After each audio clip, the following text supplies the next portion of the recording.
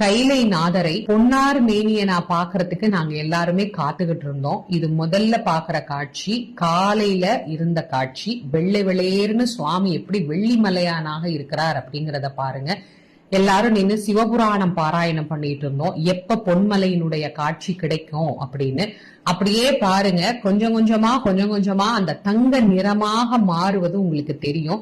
அப்படியே உச்சியிலிருந்து பாத்துக்கிட்டே வாங்க, தங்க நிறமாக மாறிக்கிட்டே இருக்கும். அப்பர் பெருமான் கண்டேன் அவர் திரு பாதம் கண்டறியாதன கண்டேன் அப்படின்னு சொன்ன மாதிரி இந்த காட்சியை பார்க்கும் போது எனக்கு அப்பருடைய இன்னொரு பாடல் தான் ஞாபகம் வருது. நல்பதத்தார் நல்பதமே ஞானமூர்த்தி நலஞ்சுடரே, நாள் வேதத்து அப்பால் நின்ற சொல் பதத்தார் சொல் பதமும் கடந்து நின்ற சொலற்கரிய சூழலாய் இது உன் தன்மை நிற்பது ஒத்து நிலையில்லா நெஞ்சம் தன்னுள் நிலாவாத புலால் உடம்பே புகுந்து நின்ற கற்பகமே, யான் உன்னை விடுவேன் அல்லேன் கனகம் மாமணி நிறத்து என் கடவுளானே.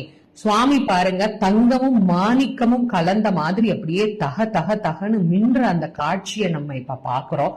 அருமையான காட்சி. வாழ்க்கையில ஒரு முறையாவது இந்த தரிசனத்தை நம்ம பார்க்கணும். என்ன அற்புதமான காட்சி. சுந்தரமூர்த்தி நாயனார் இதத்தான் கற்பகத்தினை கனகமால் வரையை காமகோபனை கண்ணுதலானை அப்படின்னு நமக்கு சொன்னார். இந்த அழகான காட்சிக்கு அப்புறம் சுவாமி பாருங்க, அழகான பொன்மலையாக இருந்த அவர் வெள்ளிமலையானாக திரும்பவும் நமக்கு காட்சி தருகிறார். அந்த பொன்மலையா இருக்கும் போது நான் உங்களுக்கு எடுத்த வீடியோவை இப்ப நான் உங்களுக்கு காட்டுறேன். ரொம்ப அருமையான பொன்னார் மேனியனுடைய தரிசனத்தை நீங்க பாத்துட்டு இருக்கிறீங்க. பொன்னார் மேனியன் புலித்தோலை அரைக்கி அசைத்தவன். வாழ்க்கையில பல பேர் கோடான கோடி ஆண்டு காலம் தவம் பண்ணினா கூட இந்த காட்சி கிடைக்காதுன்னு சொல்லுவாங்க. கைலைக்கு வர்ற ஒவ்வொருவரும் வேண்டி விரும்பி தவம் இருக்கக்கூடிய ஒரே ஒரு காட்சி இந்த பொன்னார் மேனியனுடைய காட்சி தான். அதுவும் இந்த ஆண்டு எவ்வளவு அருமையா சுவாமி காட்சி கொடுக்கிறாரு பாருங்க. அப்படியே மேல இருந்து சிகரத்துல இருந்து ஆரம்பிச்சு அற்புதமான காட்சி, அருமையான காட்சி. இது கிடைக்கவே கிடைக்காது. அதுல இங்க குதிரை ஆண்டு கொண்டாடிட்டு இருக்கிறாங்க. நம்ம ஊர்ல எப்படி மகாமகம் சொல்றோம் 12 ஆண்டுகளுக்கு ஒரு முறைன்னு, அது மாதிரி இந்த ஆண்டு மிக அருமையாக இங்க நடந்துட்டு இருக்கு.